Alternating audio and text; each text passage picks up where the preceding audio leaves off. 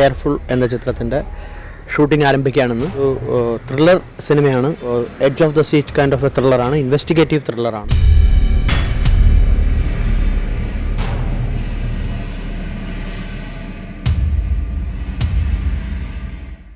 Wide angle ക്രിയേഷൻസിന്റെ ബാനറിൽ Suresh ബാലാജിയും George പയസും ചേർന്ന് നിർമ്മിക്കുന്ന കെയർഫുൾ എന്ന ചിത്രത്തിന്റെ ഷൂട്ടിംഗ് ആരംഭിച്ചു. സാമൂഹിക പ്രസക്തിയുള്ള ഈ ചിത്രം സംവിധാനം ചെയ്യുന്നത് പ്രശസ്ത സംവിധായകൻ VK പ്രകാശാണ്. ഇന്ന് രാവിലെ ഫോർട്ട് കൊച്ചിയിൽ ചിത്രത്തിന്റെ സ്വിച്ച് ഓൺ കർമ്മം നടന്നു.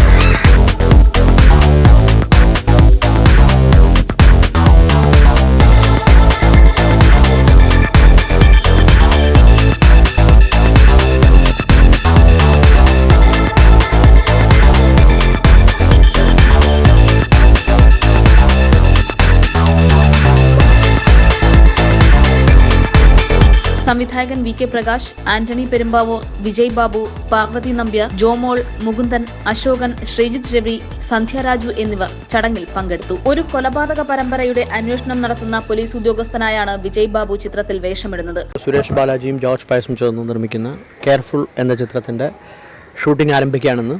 എല്ലാവിധ പ്രാർത്ഥനകളും ആശംസകളും ഞങ്ങളുടെ കൂടെ ഉണ്ടാവട്ടെ.